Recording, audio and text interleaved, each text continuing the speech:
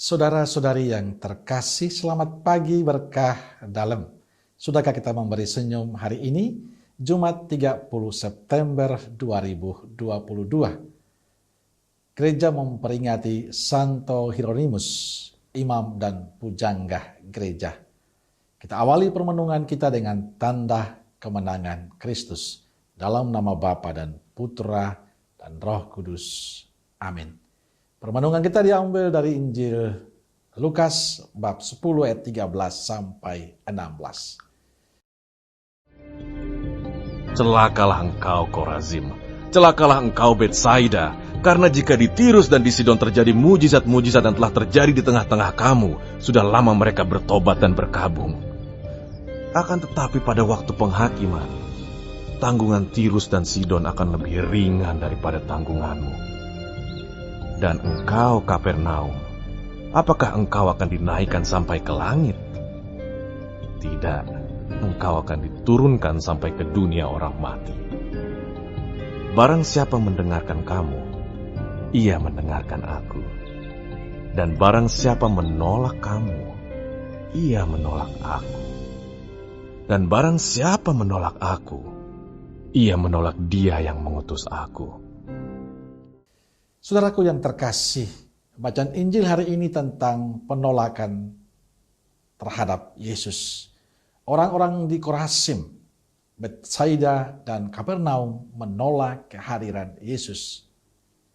Walaupun Yesus banyak melakukan mujizat, melakukan kebaikan, mengajarkan hal-hal baik pada mereka, tapi mereka tidak berubah untuk menjadi lebih baik.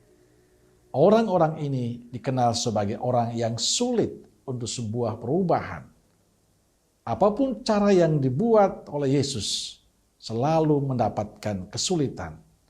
Mereka tumpul hatinya, mereka tertutup hatinya untuk sebuah perubahan, untuk sebuah pengajaran yang membawa mereka pada sebuah kebaikan. Karena itu Yesus mengecam mereka.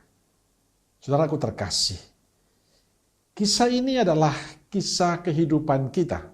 Kita bisa melihat bahwa dalam kehidupan kita banyak sekali yang Injil ceritakan pada kita hari ini, yang hatinya tumpul, yang tertutup, itu berada di sekitar kita.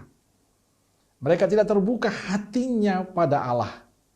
Apapun yang baik Allah lakukan, tidak merubah perilaku hidup mereka menjadi lebih baik.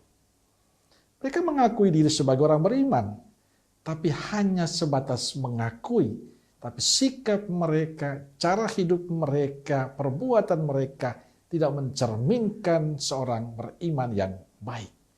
Bagi saya inilah tantangan bagi kita sebagai murid Tuhan, bahwa kita tidak hanya beriman, tapi punya tanggung jawab untuk mengembalikan mereka, mempertobatkan mereka, supaya mereka semakin bersatu dengan Allah.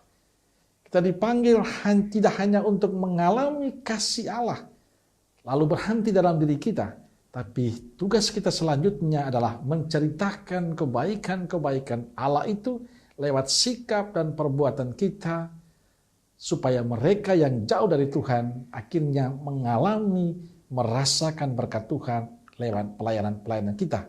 Memang tidak mudah, tapi percaya segala niat baik kita, ketulusan kita, kemauan baik kita untuk memberikan diri dan membawa banyak orang pasti akan diberkati Tuhan. Dan tugas kita terusnya adalah menyampaikan kebenaran ini dalam kehidupan kita. Injil mengatakan dengan jelas pada hari ini, barang siapa mendengarkan kalian, ia mendengarkan daku. Artinya kita sungguh dipercaya Yesus. Siapapun kita, bila kita sungguh menjalani pewartaan, kita menjadi perpanjangan tangan Yesus. Yesus akan selalu hadir dalam diri kita. Maka kita syukuri panggilan hidup kita sebagai orang beriman saat ini. Apapun status kita, dalam pelayanan kita, tugas kita adalah mencintai Tuhan dan terus mewartakan cinta Tuhan itu kepada banyak orang. Supaya mereka-mereka yang jauh, yang tertutup hatinya, akhirnya membuka hati mereka, menanggapi panggilan Tuhan, dan bersuka cita bersama kita. Amin. Semoga Allah yang Maha Kasih memberkati kita semua, Bapa, Putra, dan Roh Kudus. Amin. Keluarga Kudus Nazaret, doakanlah kami. Amin. Berkah dalam.